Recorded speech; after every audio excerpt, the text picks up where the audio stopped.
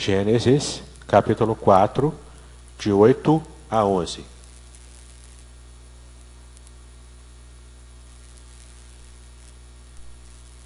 Disse Caim a Abel, seu irmão: Vamos ao campo. Estando eles no campo, sucedeu que se levantou Caim contra Abel, seu irmão, e o matou.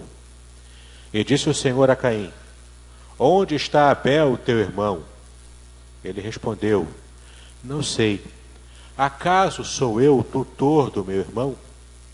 E disse Deus: Que fizeste? A voz do sangue de teu irmão clama da terra a mim.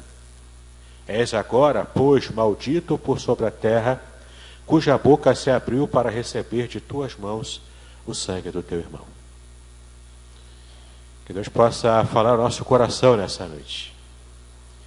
A gente vive aqui no Rio de Janeiro, São Gonçalo, Niterói, Rio de Janeiro, essa região. O Rio de Janeiro hoje passa por dias calamitosos. Quase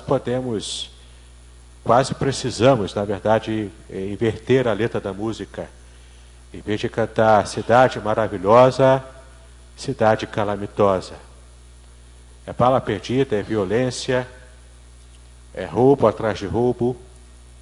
É toda uma contingência que está fora do nosso desejo de ter uma cidade feliz, tranquila, em paz.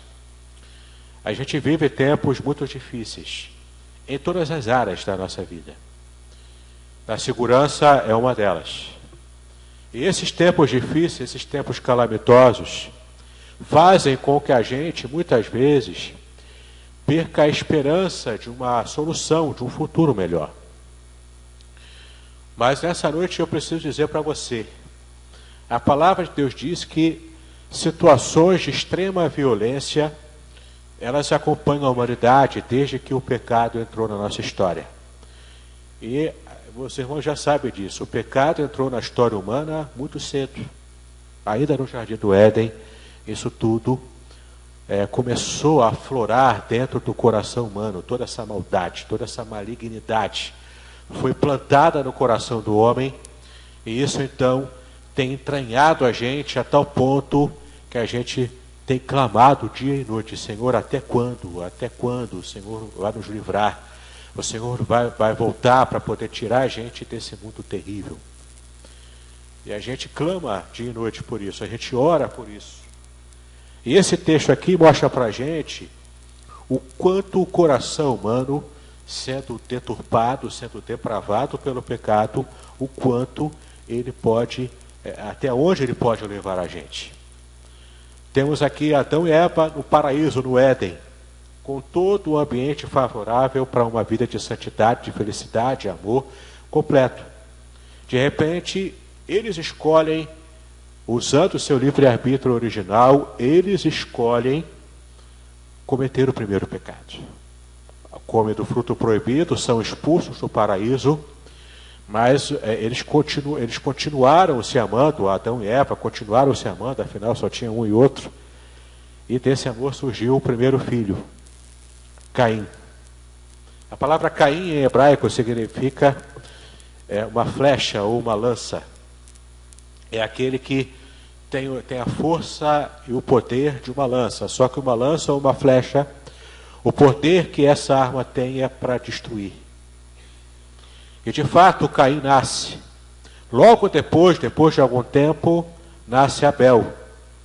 A palavra Abel em hebraico, Hevel, significa aquele que é passageiro, aquele que é efêmero, que passa rapidinho. Como se fosse uma fumacinha que passa e logo se dissolve. Então temos os dois primeiros filhos de Adão e Eva, Caim e Abel. Caim, ele se dedicou ao cultivo de plantas, de hortaliças, de frutos, e cuidava da terra. Abel, ele se dedicou a uma outra atividade profissional. Ele se dedicou a cuidar de ovelhas, cuidar de um rebanho, cuidar de vidas. Não que Caim não cuidasse de vidas, porque uma planta também é uma vida dada por Deus. Só que é um tipo de vida diferente. Abel queria cuidar desses animaizinhos. Então ele se tornou o primeiro pastor humano da humanidade. O primeiro ser humano pastor foi Abel. Caim não foi o primeiro agricultor. Adão, o pai dele, já era agricultor, mesmo no Éden. Mas Abel foi o primeiro pastor de ovelhas da história da humanidade. E então, naquele momento, aquela família, embora expulsa do paraíso, embora já não gozando das delícias do paraíso, mas ainda sendo uma família que tinha condições de se tornar uma família abençoada, ainda que sob o pecado.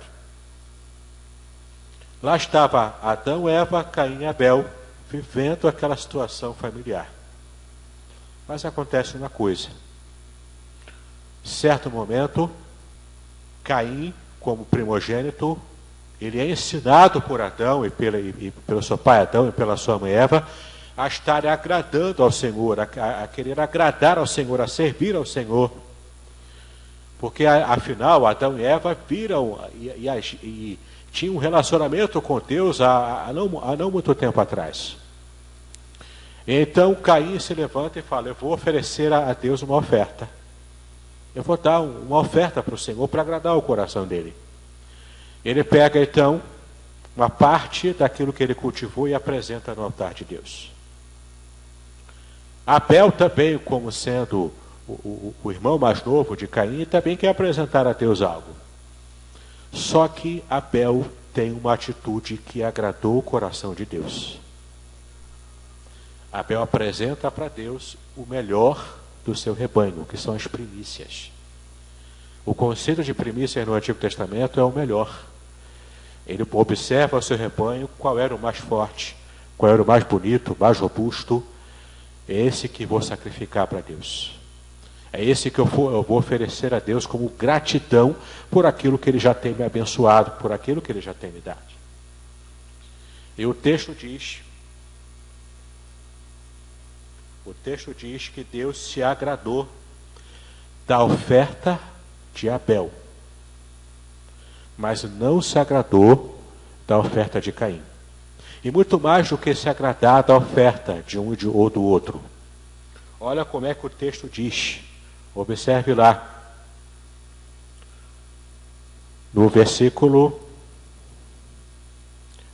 4 e 5. Abel, por sua vez, trouxe das primícias do seu rebanho e da gordura deste. Olha o que diz o texto no versículo 4 ainda. Agradou-se o Senhor de quem? De Abel e de sua oferta. Primeiro Deus se agradou do coração de Abel. E depois do resultado de um coração agradecido, que era a oferta que Abel deu para Deus. E nesse mesmo versículo, olha como ele completa.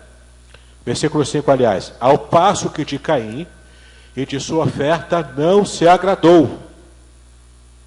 Deus rejeitou a pessoa de Caim e a oferta que Caim havia dado. Observe, Deus aceita a pessoa de Abel e a oferta, e rejeita a pessoa de Caim e a oferta de Caim. O que levou Deus a rejeitar a oferta de Caim? Ora, não era uma oferta? O objetivo de Caim não era também agradecer a Deus ou agradar o coração de Deus? A própria Bíblia responde para a gente o porquê que Deus rejeita a oferta de Caim. A oferta desse que é uma lança para machucar, para matar, para ferir. O próprio temperamento de Caim, Deus conhecia. Deus conhece porque Ele sonda o coração. Ele sabe o que se passa aqui dentro, que está escondido aqui, que ninguém consegue ver, mas Deus consegue ver tudo. E então Deus, percebendo isso, percebendo a intenção que estava por trás daquele ato de aparente oferta sincera, Deus então percebe as intenções do coração de Caim. E então rejeita a pessoa de Caim e rejeita a oferta dessa pessoa também. Porque Deus sabe o que se passava no coração daquele homem. E observe o que está lá em Hebreus, mas não fecha Gênesis não, só vai lá rapidinho em Hebreus. Hebreus, capítulo 11, versículo 4. Na galeria dos heróis da fé. Olha o que o autor aos Hebreus falou sobre Abel.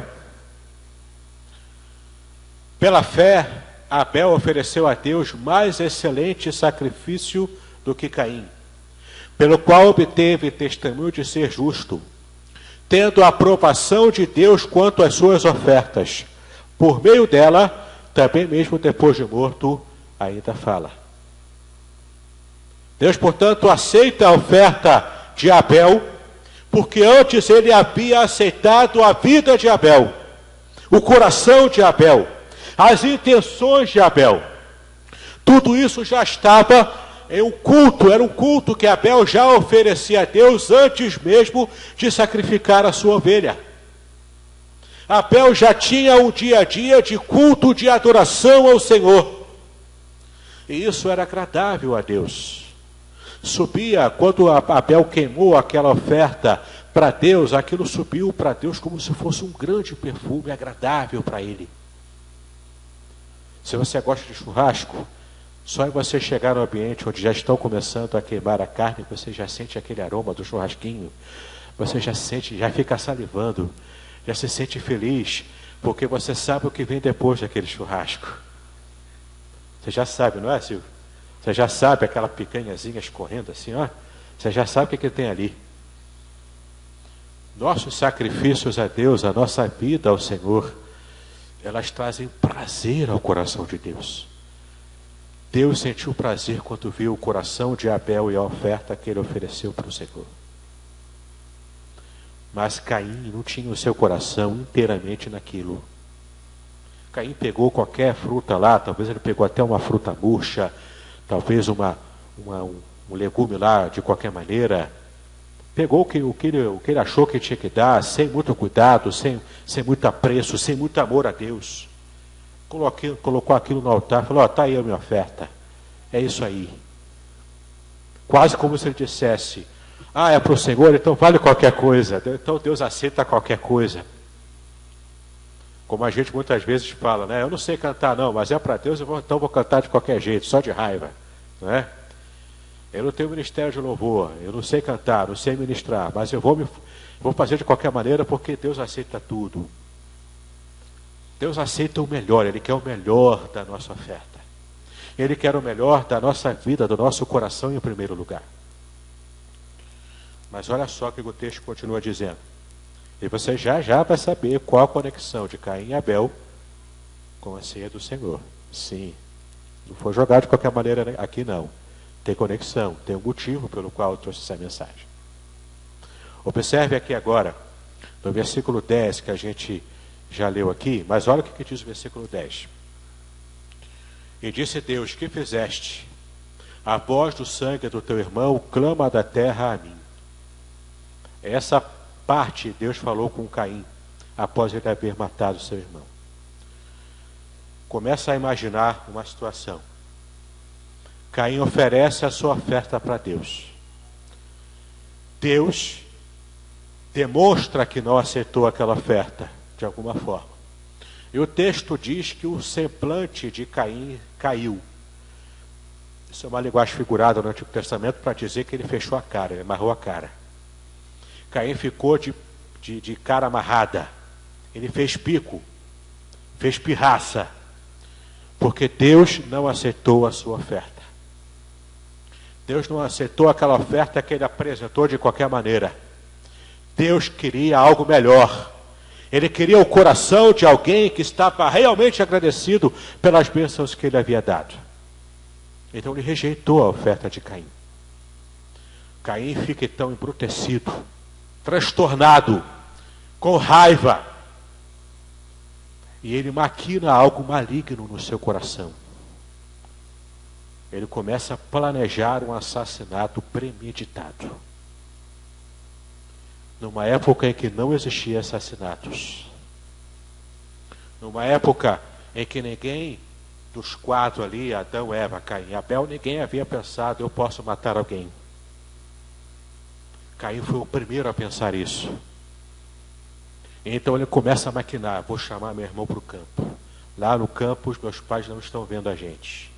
Lá no campo eu vou ver o que vai acontecer.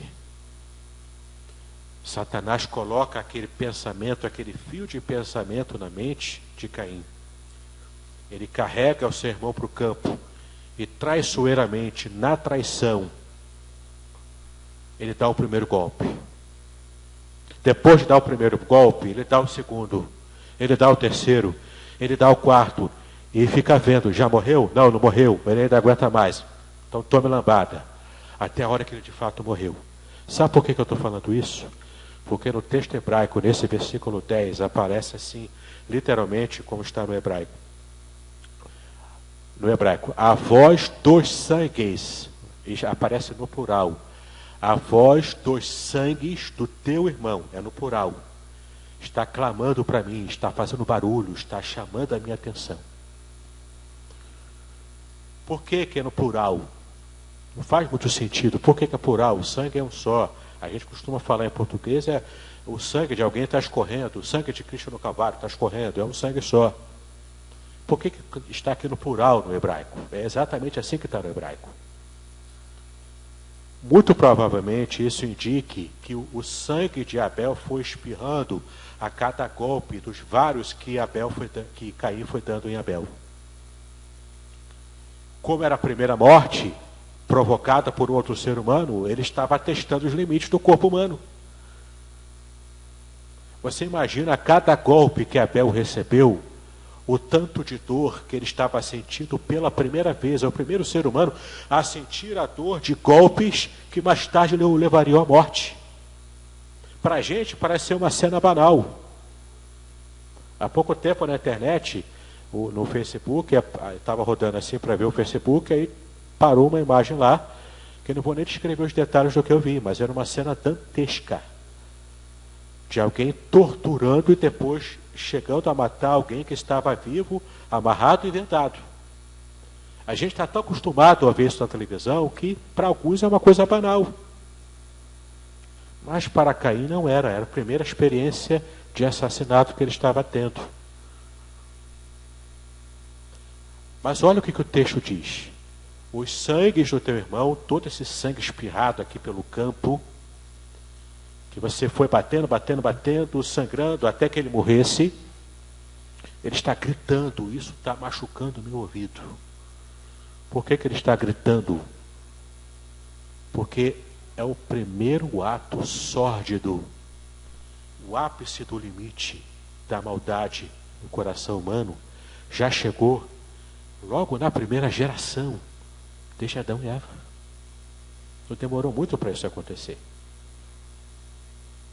Então você percebe na Bíblia que nós temos aqui um simbolismo muito forte nesse primeiro assassinato.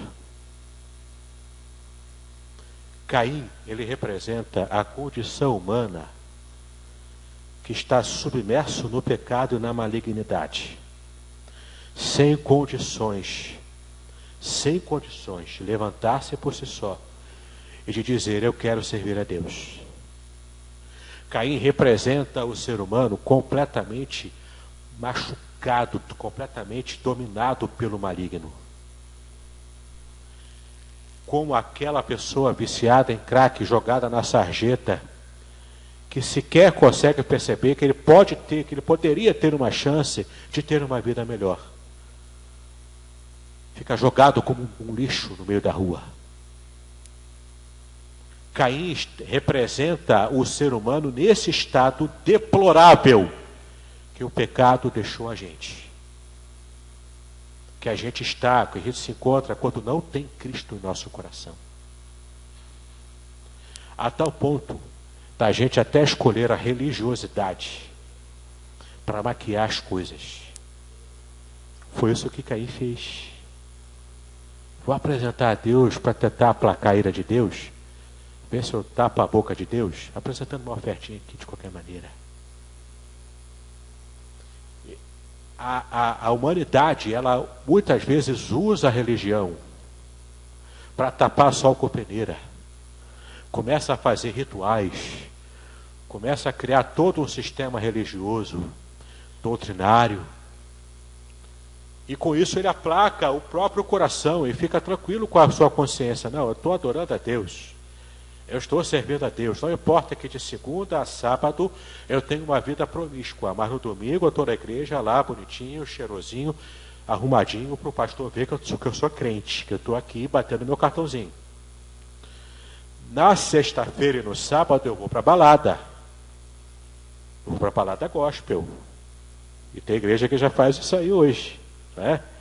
Vou para a balada gospel. Pá, aquele som, aquela coisa toda, estou lá. Mas no domingo eu faço o cara de santo. No domingo o pastor está vendo que eu sou santo. Estou aqui na igreja. Essa é a atitude de Caim, que oferece uma oferta pela metade, que oferece uma oferta maculada pela malignidade do seu coração. E Deus rejeita esse tipo de culto. Deus rejeita essa atitude religiosa vazia, movida pelo desejo de Satanás de afastar a gente dele. Mas Deus sorri para a oferta de Abel. Abel representa o coração de alguém que está sincero na sua fé, que está sincero na sua atitude perante o Senhor. Caim representa a humanidade caída. Abel representa a humanidade que aprendeu a ter um relacionamento e a confiar em Deus, apesar do seu estado de pecado. Sabe quem foi o maior representante da humanidade? Nessa atitude de querer agradar a Deus em tudo e fazer a vontade de Deus em todas as circunstâncias, doa a quem doer. Foi o próprio Senhor Jesus Cristo, e Abel é tipo de Cristo nesse sentido. Abel, ele é uma representação do que viria no futuro no próprio Senhor Jesus. Ele era aquele que tinha o coração mais puro que pisou nessa terra. O Senhor Jesus foi o homem mais perfeito e puro, mais santo que pisou nessa terra. E assim como o Caim, nós seres humanos preferimos matar o Filho de Deus. Porque nessa terra contaminada pelo pecado, a gente acha que não há espaço, não há lugar aqui para um homem santo. Muitos podem dizer, não, fulano é crente, ele está levando, ele não está conseguindo levar vantagem, ele está sendo escorraçado pela fé dele, ele é um otário. Tem gente que fala assim. Tem crente que fala assim, ele é um otário, ele é um mané. Ele devia ser esperto, devia dar o jeitinho para ter uma vida melhor. Esse tipo de atitude é o tipo de atitude que não conhece a Deus, porque, queridos, quem conhece a Deus sabe que vale a pena ser fiel a Ele. Quem conhece o Senhor sabe que vale a pena ser fiel a Deus até debaixo d'água. E nessa noite, você pode ter, dos dois modelos, escolher um. O primeiro modelo que está na sua frente é o de Caim. O que mata em nome da fé, o que mata em nome de uma religião vazia. Mata porque ficou com o coração duro, porque o seu rosto ficou, caiu o semblante, como o texto bíblico diz. Mata pessoas em nome da religiosidade. Ou o seu modelo pode ser Abel, que aponta para Jesus, que é o modelo de perfeição de quem anda com Deus, o modelo daquele que quer agradar a Deus com sinceridade de coração, que não é apenas mais um religioso pisando nessa terra, mas é homem e mulher de Deus que quer de fato fazer a diferença nesse mundo. E ser sal da terra e luz do mundo, fazer a diferença nesse mundo, é uma coisa complicada, é uma coisa difícil e está cada vez pior. Porque o padrão de moralidade desse mundo está cada vez mais baixo. E a gente, como igreja, não consegue ser luz para essa geração. Será que estamos seguindo o modelo de Caim? Será que estamos querendo, desejando seguir o modelo de Abel, que aponta para o Senhor Jesus, a sua perfeição? O sangue de Abel clamava, isso machucava os ouvidos de Deus. Muito mais do que o sangue de Abel, o sangue de Cristo, derramado na cruz do Calvário, para a salvação daquele que nele crê, hoje tem clamado, e até mesmo muitas igrejas evangélicas têm se feito surdas a esse clamor, do sangue de salvação, o sangue de remissão. E qual o nosso papel diante do clamor do sangue do Cordeiro para salvar essa humanidade caída? Eu tenho feito pouco disso? Qualquer coisa, era só mais um que morreu na cruz. Porque eu posso não falar isso, mas nas minhas atitudes, no meu dia a dia, eu posso viver como se Cristo não tivesse, como se não tivesse valor algum a morte de Cristo na cruz do Calvário. Que possamos ter, não Caim, mas Abel e depois o Senhor Jesus como nosso principal modelo de vida cristã. Que agora aqui não seja apenas um teatro que a gente vai fazer diante das pessoas da igreja. Porque se eu pego do pão e pego do cálice, sem examinar o meu próprio coração, minhas próprias atitudes, se eu faço isso levianamente, conforme o texto que depois o pastor Silvio vai ler, eu estou me colocando como culpado do corpo e do sangue do Senhor Jesus Cristo. Examine o seu coração. Vê o que está pulsando aqui dentro. E se o seu modelo de vida espiritual é o de Caim, mude isso em nome do Senhor Jesus Cristo. Para o bem de sua própria vida. Para o bem da nossa própria alma. Vamos trocar de modelo para glorificar de verdade o coração de Deus. E que Ele, em nome de Jesus, aceite a nossa oferta de louvor, de sacrifício, nossa oferta em gratidão a Ele, por aquilo que Ele já fez por nós na cruz do Calvário.